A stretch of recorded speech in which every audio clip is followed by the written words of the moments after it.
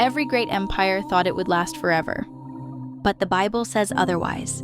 Empires rise, empires fall, and judgment always comes when the warnings are ignored. In this episode of the Trumpet I, we unveil the ancient patterns that link America to Babylon and the harbinger of judgment that may already be upon us. What if America isn't the protector of prophecy, but its final warning? The signs are no longer subtle. The deception is no longer hidden. The blueprint has already been drawn. This is not a theory. This is prophecy, and the time to discern it is now. The Trumpet I, Episode 2, An Ancient Mystery, Part 2. America's Fate in Bible Prophecy, The Shocking Truth. Let the unveiling continue. Chapter 1, An Ancient Mystery, Part 2. America's Fate in Bible Prophecy, The Shocking Truth. Irene set down her coffee cup and folded her arms, staring at me like she was trying to solve a puzzle. All right, Anne. Let's say I accept that the Bible speaks in symbols. Let's say I even accept that America's role has been hidden, waiting for the right time to be revealed. But how do you know for sure? How do you connect modern America to biblical prophecy? I reached for my Bible and flipped to the book of Daniel, running my finger over the well-worn pages. Because history follows patterns, and the Bible is filled with them. Every major world empire, Babylon, Medo-Persia, Greece, and Rome, was foretold in prophecy. Each played a critical role in shaping world events, and each was judged for its rebellion against God. I paused, letting that sink in before I continued. America is no different. It has followed the same trajectory, rising to power, influencing the world, shaping economies, militaries, and even morality. And now, it's following the same pattern of decline that doomed the great empires before it. Irene frowned, flipping through my manuscript. But doesn't Revelation describe the final world power as a global system? A kind of empire that dominates before the last judgment? How do you know that's not just some future government instead of America? I leaned in, lowering my voice slightly, knowing this was where it got even more interesting. Because the Bible doesn't just speak in broad terms. It gives characteristics of this final power. It describes a nation that is wealthy, influential, morally corrupt, and deeply entangled in global affairs. It describes a nation that will lead the world into deception, one that started strong but turned away from God. Sound familiar? Irene's jaw tightened. She didn't answer right away, and I knew why. It does sound familiar. The biblical pattern of judgment. I tapped my Bible, continuing. This isn't just my opinion, Irene. The Bible has a clear pattern when it comes to nations. It blesses those who follow God and judges those who rebel against him. Babylon, Egypt, Rome, each of them had their moment of warning before destruction came. For the nation and kingdom that will not serve you shall perish. Yea, those nations shall be utterly wasted. Isaiah 60:12.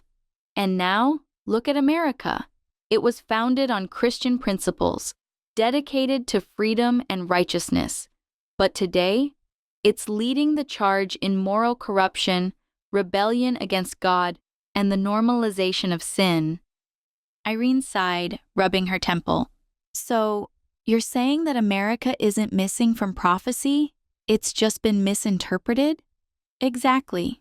People have overlooked it because they didn't want to believe that a nation once dedicated to God could become the very thing prophecy warns about. Irene exhaled sharply, tapping her fingers on the table. All right, I can't deny that America has changed. But are you saying we're past the point of no return? Is there no hope? I held her gaze, my voice firm but not without hope. That depends. If history teaches us anything, it's that God always gives a warning before judgment. The question is, will we listen before it's too late? Irene stared at me, silent. Then, slowly, she nodded and turned the page. She was beginning to see it, and deep down, I knew she felt what I felt. Something was coming, and America's place in prophecy was clearer than ever before. The 2 chapters that reveal America's prophecy. Irene flipped the page, then stopped. She looked up at me, curiosity flickering in her eyes. Wait, you're telling me that America's prophecy isn't just hinted at in Scripture? It's actually laid out in 2 specific chapters of Revelation? I nodded, watching her reaction. Yes. 2 chapters that, once you read them with fresh eyes, makes it unmistakably clear. They describe America's role, its rise, and ultimately, its fate. Leaning forward, intrigued. Which 2 chapters? I shook my head, smiling. Not yet. You have to see it unfold step by step. If I just told you, you'd read them the way you always have, without realizing what's hidden in plain sight. She exhaled, but I could tell she was hooked now. All right, fine. But tell me this. Why haven't prophecy teachers figured this out before? I pointed to her Bible, open beside her coffee cup. Because prophecy is revealed in its appointed time. Even John, who wrote Revelation, didn't understand everything he saw. That's why Jesus told him, "He who has ears to hear, let him hear what the Spirit says to the churches." Revelation 2:7. People couldn't see it before because the pieces hadn't fallen into place. But now, the signs are all around us. The timing is right, and once you see what's written in these 2 chapters, you'll never look at prophecy the same way again. Irene sat back, arms crossed, studying me. Finally, she nodded. Fine. Show me. I reached for the next section of my manuscript, flipping to the beginning of the chapter. This was where everything would change. The Harbinger of Judgment. Irene rubbed her temples and leaned back in her chair. She had been skeptical at first, but now I could see the concern settling in. She let out a slow breath and looked up at me. Anne, this keeps getting heavier. First, you show me that America is in prophecy. Then, you explain how it's been building the system for a one-world order. And now, you're telling me it's also following the exact pattern of nations that were judged in the Bible? I nodded, my voice steady. That's right. And not just any pattern, the Harbinger of Judgment. Irene sat forward, flipping to the next page in my manuscript. Okay, walk me through this. You're saying that God warns nations before he judges them? I opened my Bible and pointed to a verse. The Lord does nothing without revealing his plan to his servants, the prophets. Amos 3:7. God is merciful, Irene. He never brings judgment without first sending a warning. Look at history. Babylon, Assyria, Rome. All were given divine warnings before their destruction. The prophets warned them, but they refused to listen. And what happened? Their downfall was swift. Irene nodded, flipping back and forth between pages. Okay, but what makes you think America is at that point? I leaned forward, voice firm, because the warning signs are here, and they match exactly what happened before those empires collapsed. America's warning signs of judgment. A moral and spiritual decline. America's rapid descent into moral chaos mirrors ancient Rome before its fall. Sin is not only accepted, but celebrated. Biblical values are mocked. The nation that once stood as a beacon of faith now leads the world in rebellion against God. Political corruption and national division. The Bible warns that a nation divided against itself cannot stand. America is more divided now than ever, politically, socially, and spiritually. Corruption runs deep, and instead of working to unite, leaders are tearing the country apart from within. Every kingdom divided against itself is brought to desolation, and every city or house divided against itself shall not stand. Matthew 12:25. Economic instability and growing global debt. Babylon was wealthy before its collapse. Rome was powerful before it crumbled. America is following the same path. The debt is unsustainable, inflation is rising, and the financial system is unraveling, just as prophesied in the Bible. natural disasters and global conflicts. Jesus warned in Matthew 24 that before the end, there would be wars and rumors of wars, earthquakes, famines, and pestilences. We're seeing these birth pains increase, just as prophecy foretold. And you shall hear of wars and rumors of wars. See that you be not troubled, for all these things must come to pass, but the end is not yet. Matthew 24:6. Anne, this is overwhelming. If all of this is true, then what you're saying is, we're on the edge of prophetic fulfillment? Quietly. Yes. If history repeats itself, and it always does, America is standing on the very edge. Irene exhaled, staring at my manuscript in front of her. She tapped her fingers on the table, then looked up at me with a seriousness I hadn't seen before. So the real question is, will we listen to the warning, or will we follow the same path as every fallen empire before us? I nodded, and we both knew the answer was coming. The only question now was, would the world be ready for it? The Final Empire. Unveiling the One World System. Irene leaned forward, her fingers tapping against my manuscript as she scanned the next section. Her usual skepticism was shifting into something else, unease. Anne, she said, lifting her gaze, this is starting to sound less like speculation and more like reality. You're telling me the Bible didn't just predict the rise and fall of individual nations, it actually lays out a blueprint for a final global empire? I nodded, flipping my Bible open to Revelation. That's exactly what it says. The Bible isn't just a collection of ancient stories, it's a prophetic timeline, and one of its biggest warnings is about the emergence of a final, dominant world empire that will rise in the last days. Irene crossed her arms. A global empire? Sounds like something out of a dystopian movie. I smiled grimly. That's what people used to think. For centuries, the idea of a one-world system seemed impossible, just a wild conspiracy. But now, it's happening in real time. She raised an eyebrow. All right, show me.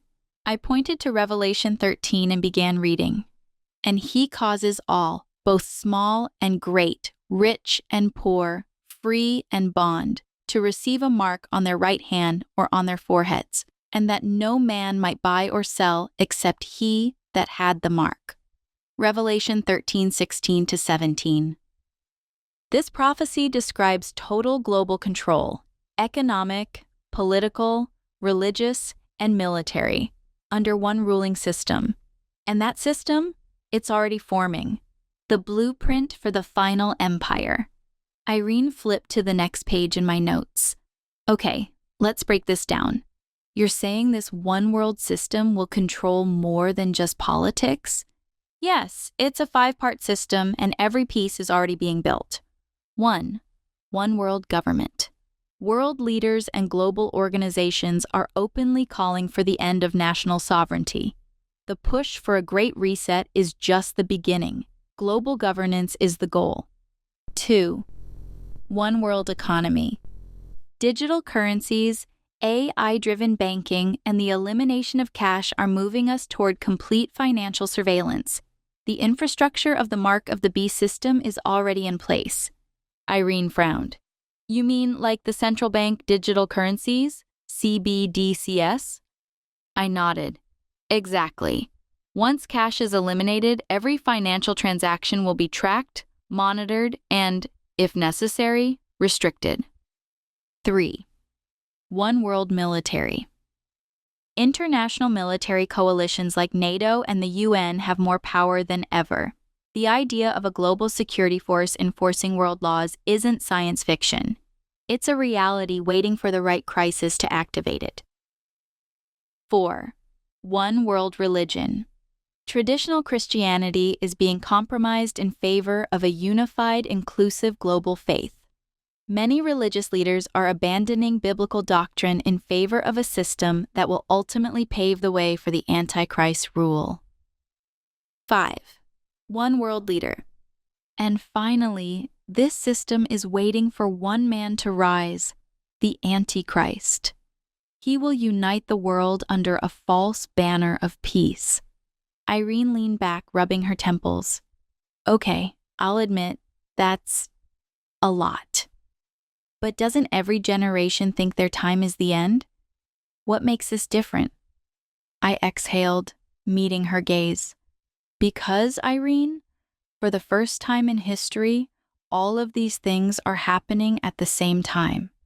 Every piece is in place.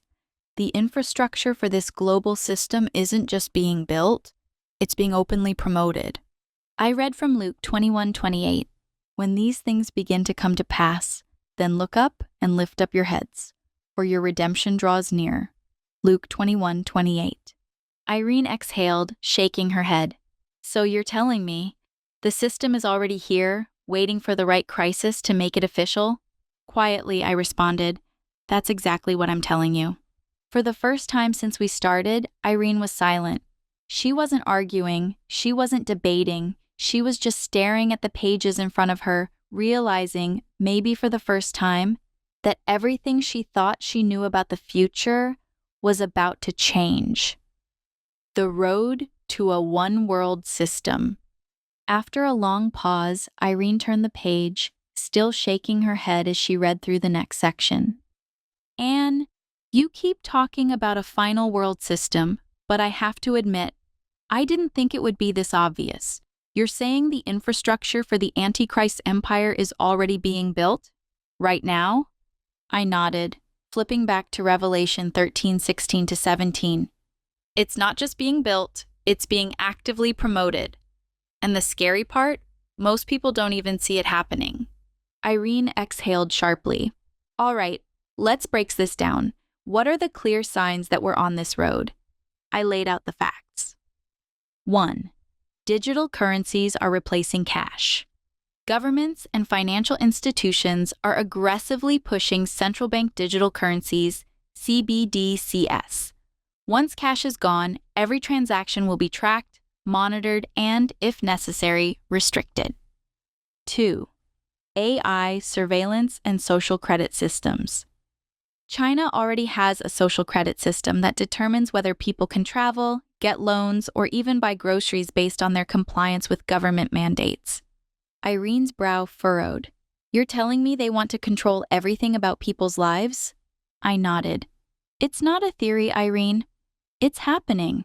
AI-driven surveillance, digital IDs, and facial recognition technology are already being used worldwide. It's just a matter of time before they become mandatory. 3.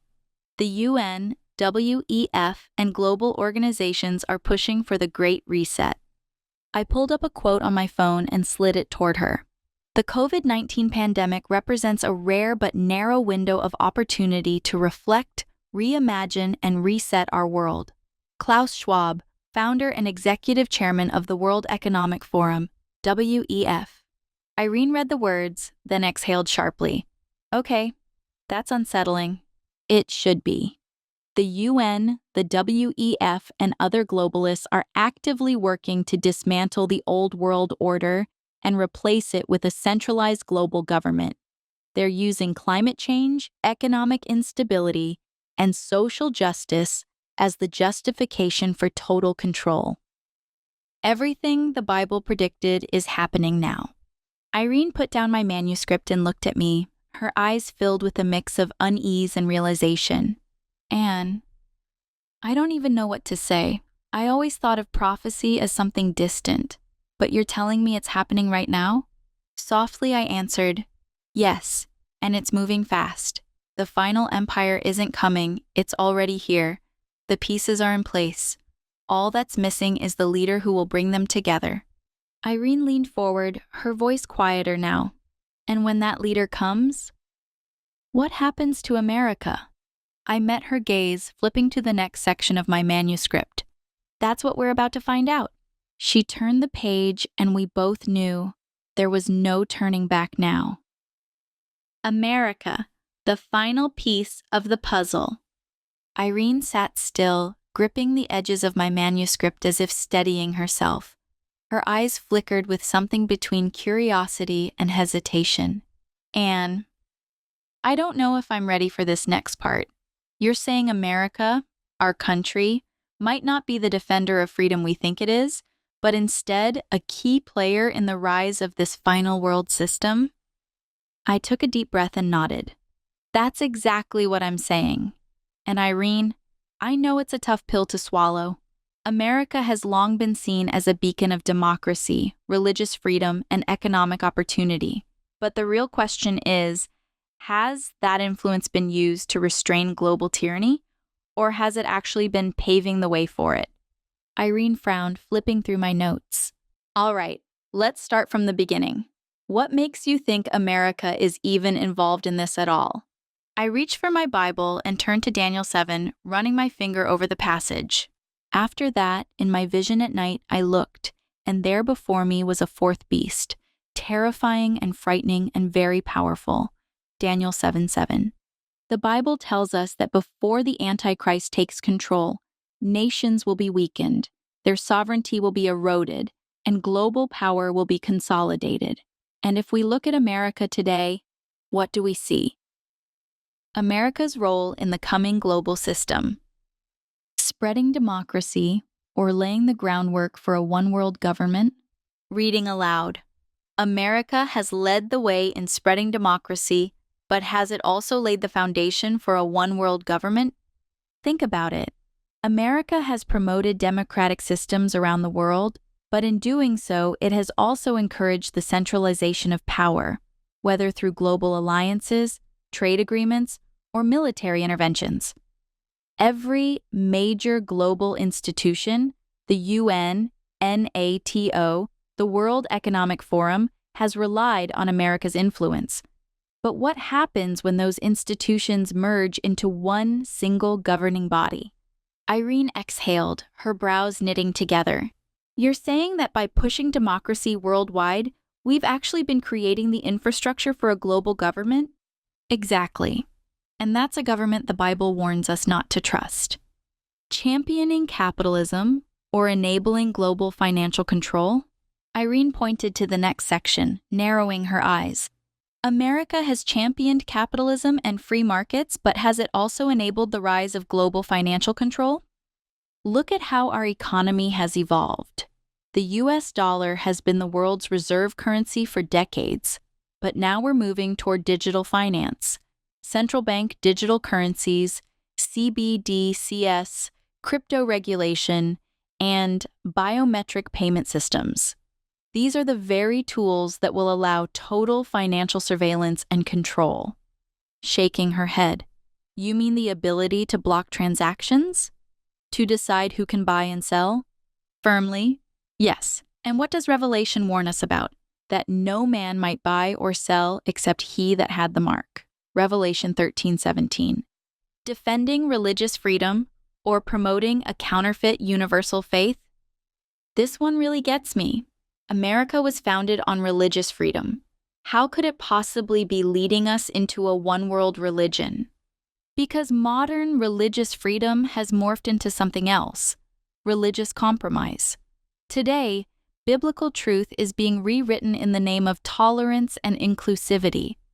Leaders are promoting interfaith unity, blending beliefs into a single, counterfeit faith that rejects Jesus as the only way. For that day shall not come, except there comes a falling away first. 2 Thessalonians 2:3. The push for interfaith harmony sounds noble, but it's exactly what the Bible warned would happen. A deception that prepares the world for a leader who will unite all religions under one system. The ultimate question: what is America's true role?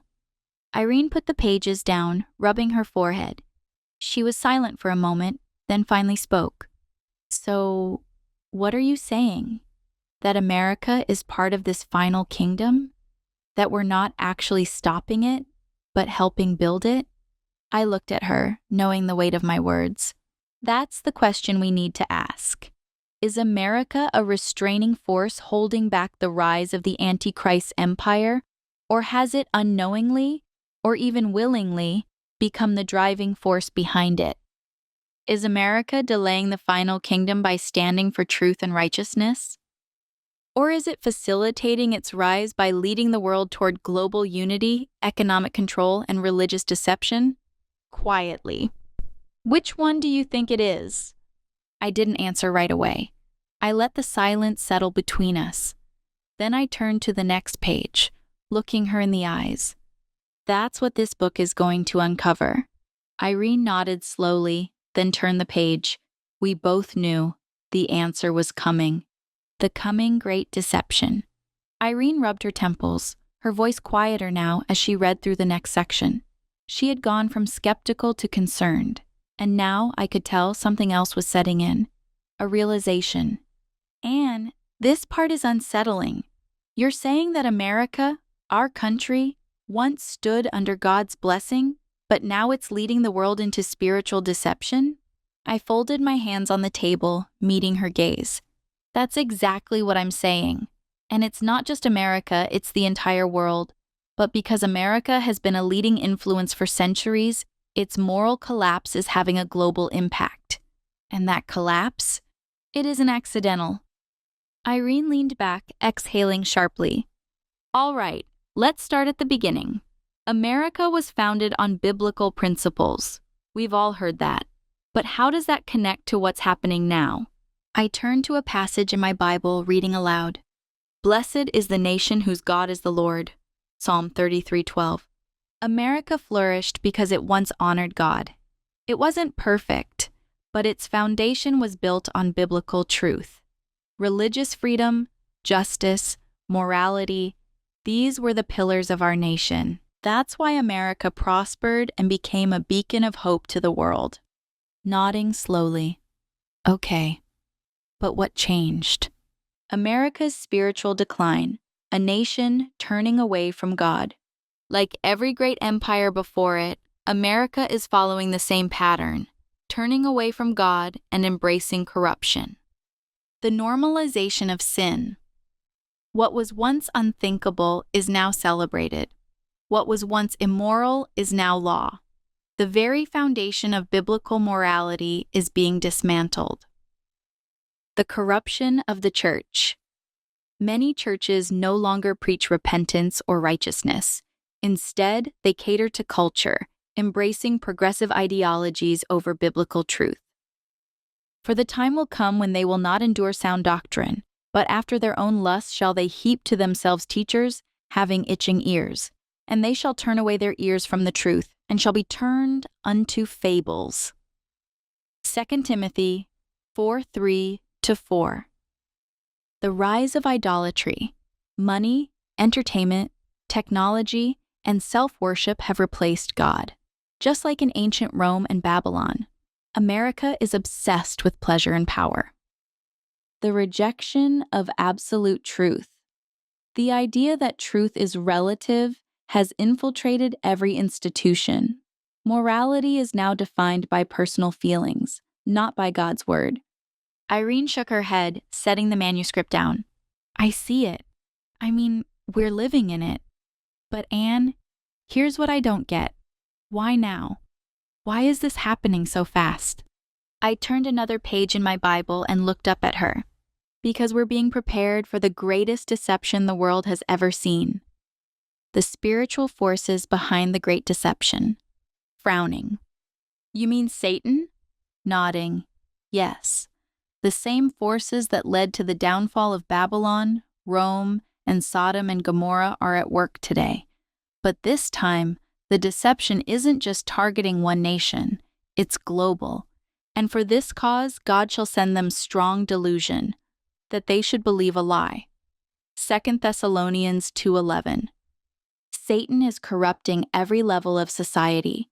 Government, entertainment, education, even churches, all are being used to spread lies, distort truth, and lead people away from God.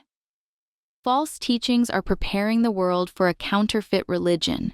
Many churches have replaced the gospel with self-help messages, prosperity teachings, and universalism. Technology is being used as a tool of deception.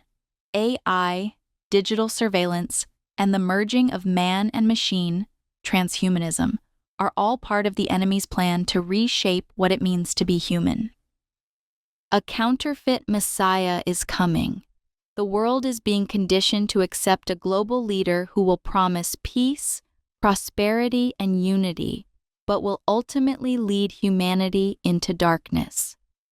Irene was silent, her fingers resting on the pages. She finally looked up, her expression unreadable.